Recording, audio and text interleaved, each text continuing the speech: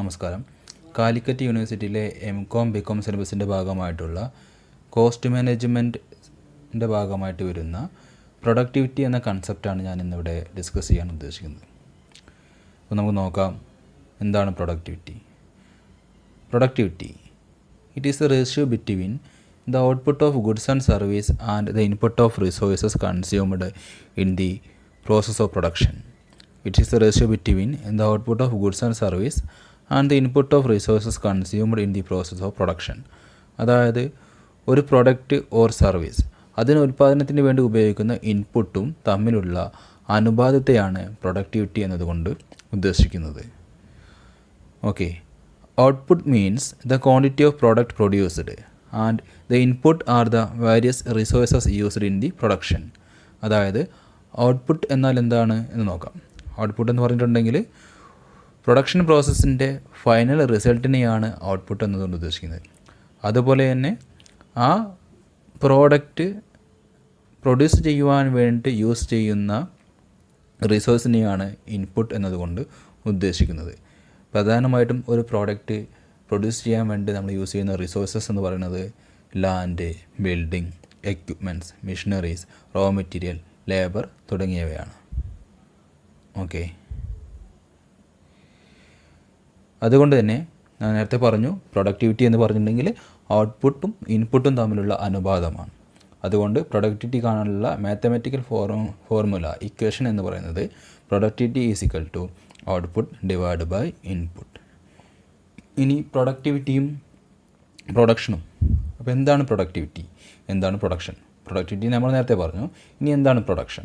Production എന്ന് പറഞ്ഞിട്ടുണ്ടെങ്കിൽ the production is indicated by output quantity.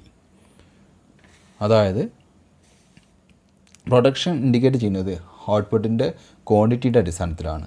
എന്നാൽ പ്രൊഡക്ടിവിറ്റി ഇൻഡിക്കേറ്റ് ചെയ്യുന്നത് ഔട്ട്പുട്ടും ഇൻപുട്ടും തമ്മിലുള്ള അനുപാതമാണ്. പ്രൊഡക്ഷൻ ഇൻഡിക്കേറ്റ് ചെയ്യുന്നത് ഔട്ട്പുട്ടിൻ്റെ ക്വാണ്ടിറ്റിയുടെ അടിസ്ഥാനത്തിലാണ്. പ്രൊഡക്ടിവിറ്റി ഇൻഡിക്കേറ്റ് ചെയ്യുന്നത് ഔട്ട്പുട്ടും ഇൻപുട്ടും തമ്മിലുള്ള അനുപാതത്തെയാണ് സൂചിപ്പിക്കുന്നത്. Productivity refers to the physical relationship between the quantity produced and the quantity of resources used in the course of production. Output implies total production, while input means land, labor, capital, management, etc. Productivity measures the efficiency of the production system. The efficiency with which resources are utilized is called productivity efficiency.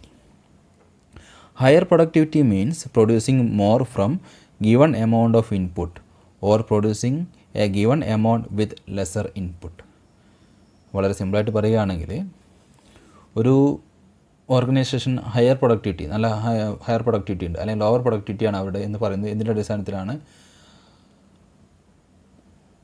കുറഞ്ഞ input കൊണ്ട് കൂടുതൽ output produce ചെയ്യുകയാണെങ്കിൽ, അതായത് വളരെ എഫിഷ്യൻ്റായിട്ട് അവർ ഫേമിൻ്റെ ഇൻപുട്ടുകളെ use ചെയ്യുകയാണെങ്കിൽ നമുക്ക് അവിടെ higher productivity ആണെന്ന് പറയാം. അതുപോലെ തന്നെ ലോവർ പ്രൊഡക്ടിവിറ്റി എന്നതുകൊണ്ട് ഉദ്ദേശിക്കുന്നത് പ്രതീക്ഷിക്കുന്ന ലെവൽ ഓഫ് ഔട്ട്പുട്ട് നമ്മൾ ഉപയോഗിക്കുന്ന ഇൻപുട്ട് ഉപയോഗിച്ച് നമുക്ക് നേടിയെടുക്കാൻ പറ്റുന്നില്ല എങ്കിൽ അവിടെ ലോവർ പ്രൊഡക്ടിവിറ്റി ആണെന്ന് പറയാം. അതായത് പ്രൊഡക്ഷൻ അല്ലെങ്കിൽ പ്രൊഡക്ടിവിറ്റി ലോവർ ആവാനുള്ള കാരണം നമ്മൾ പ്രതീക്ഷിക്കുന്ന ലെവൽ ഓഫ് ഔട്ട്പുട്ട് നമുക്ക് കിട്ടുന്നില്ല. പ്രതീക്ഷിക്കുന്ന ലെവൽ ഓഫ് ഔട്ട്പുട്ട് കിട്ടാതിരിക്കാനുള്ള കാരണം ചിലപ്പോൾ എന്താകാം, നമ്മൾ പ്രതീക്ഷിക്കുന്നതിൽ കൂടുതൽ വേസ്റ്റേജ് ഉണ്ടാകുന്നത് കൊണ്ടായിരിക്കാം. അതുപോലെ തന്നെ അപ്രതീക്ഷിതമായിട്ട് ലോക്ക്ഡൗൺ ഉണ്ടാകുന്നത് കൊണ്ടായിരിക്കാം. അല്ലെങ്കിൽ ടൈം, മെറ്റീരിയൽ തുടങ്ങിയ എല്ലാത്തിൻ്റെയും വേസ്റ്റേജ് കൊണ്ടോ അല്ലെങ്കിൽ പ്രോപ്പറായിട്ടുള്ള യൂസേജ് ഇല്ലാത്തത് കൊണ്ടോ ആയിരിക്കാം എന്തുണ്ടാകുന്നത്, ലോവർ പ്രൊഡക്ടിവിറ്റി സംഭവിക്കുന്നത്. ഓക്കെ, ഇനി നമുക്ക് ഈ പ്രൊഡക്ടിവിറ്റി എങ്ങനെ മെഷർ ചെയ്യാം എന്ന് നോക്കാം. അതിനു മുമ്പ്, if A firm has higher productivity, in other words it produce more with a given amount of input, it means it is utilizing the resources properly.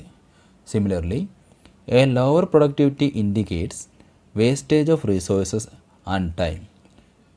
It is vital to have a high productivity rate because resources like capital and time are scarce and should be exploited in the best possible way. Then, These are broadly three types of productivity measurement and these are explained below. First one, single factor productivity measurement. Single factor productivity measurement. അപ്പോൾ നമ്മളിവിടെ നോക്കുന്നത് ഇങ്ങനെയാണ് productivity നമുക്ക് measure ചെയ്യുക എന്നുള്ളതാണ്. അപ്പം 4 type മെഷർമെൻറ്റാണ്, പ്രധാനമായിട്ട് 3 type മെഷർമെൻറ്റാണുള്ളത്.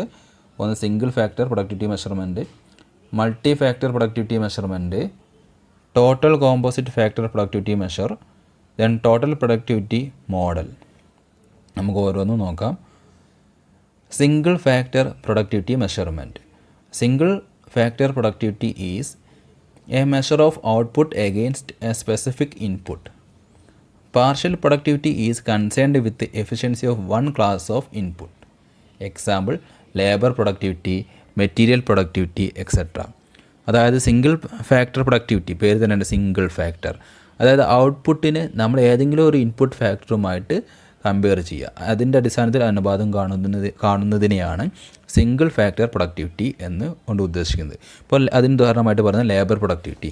അപ്പോൾ നമ്മൾ output divide by number of labours, അങ്ങനെയായിരിക്കും നമ്മൾ ലേബർ പ്രൊഡക്ടിവിറ്റി കാണുക. അപ്പോൾ ഇക്വേഷൻ മെറ്റീരിയൽ പ്രൊഡക്ടിവിറ്റി. അപ്പോൾ ഈ ഒരു സിംഗിൾ ഫാക്ടർ ഔട്ട്പുട്ടും ലേബറും തമ്മിൽ കമ്പയർ ചെയ്യുക, ഔട്ട്പുട്ടും മെറ്റീരിയലുമായിട്ട് കമ്പയർ ചെയ്യുക. ഓക്കെ, അതുകൊണ്ട് അതിനെ സിംഗിൾ ഫാക്ടർ പ്രൊഡക്ടിവിറ്റി മെഷർമെൻറ്റ് എന്ന് വിളിക്കുന്നു. അവിടെ നമ്മൾ യൂസ് ചെയ്യുന്നത് ഒരു സിംഗിൾ ഫാക്ടർ ആയിരിക്കും. അടുത്തത് മൾട്ടി ഫാക്ടർ പ്രൊഡക്ടിവിറ്റി മെഷർമെൻറ്റ്. പേര് തന്നെ മൾട്ടി ഫാക്ടർ. എന്താണെന്ന് നോക്കാം. Multi factor productivity is ratio of output to a group of input such as labour, energy and material. It is the ratio of net output to the sum of associated labour and other factor input. Multi factor productivity is ratio of output to a group of input such as labour, energy and material. അതായത് പേര് തന്നെ ഉണ്ട് multi factor. അതായത് ഒരു group ഇൻപുട്ടിൻ്റെ അടിസ്ഥാനത്തിൽ ഒരു productivity measure ചെയ്യുന്നതിനെയാണ് നമ്മൾ multi factor productivity measurement എന്നതുകൊണ്ട് ഉദ്ദേശിക്കുന്നത്. ഒരു ഗ്രൂപ്പ് ഇൻപുട്ടിൻ്റെ അടിസ്ഥാനത്തിൽ, ഫോർ എക്സാമ്പിൾ ലേബർ, എനർജി, അതുപോലെ തന്നെ മെറ്റീരിയൽ, ഇങ്ങനെ ഒരു ഗ്രൂപ്പിൻ്റെ അടിസ്ഥാനത്തിൽ. അപ്പോൾ output divide by labour, energy, material, ഈ 3 ഫാക്ടർ കൺസിഡർ ചെയ്തിട്ടാണ് നമ്മൾ അവിടെ എന്ത് ചെയ്യുന്നത്, മൾട്ടി ഫാക്ടർ പ്രൊഡക്ടിവിറ്റി മെഷർ ചെയ്യുന്നത്. ഓക്കെ, അടുത്തതാണ് total or composite factor productivity measure.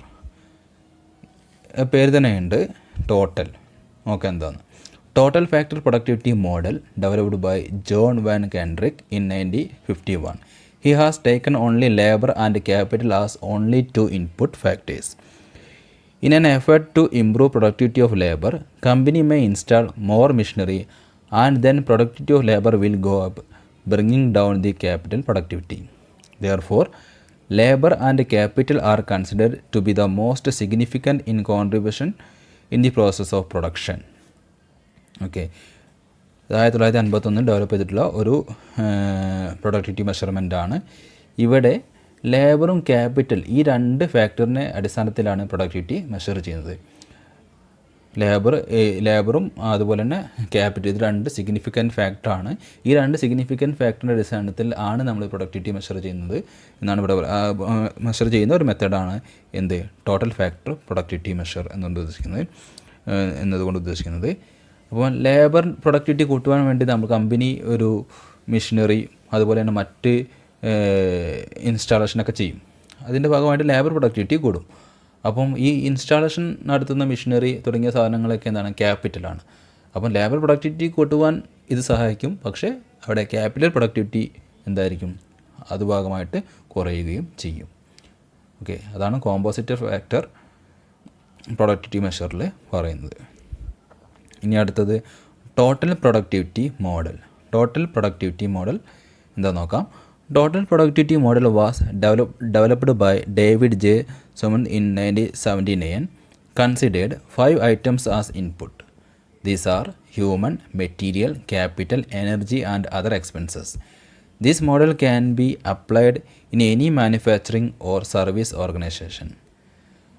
Total productivity model എന്നുകൊണ്ട് ഉദ്ദേശിക്കുന്നത് ഇവിടെ പ്രൊഡക്ടിവിറ്റി മെഷർ ചെയ്യുന്നത് 5 ഫാക്ടർ ഓഫ് ഇൻപുട്ട് നോക്കിയിട്ടാണ്. ഏതൊക്കെയാണ് 5 ഫാക്ടർ?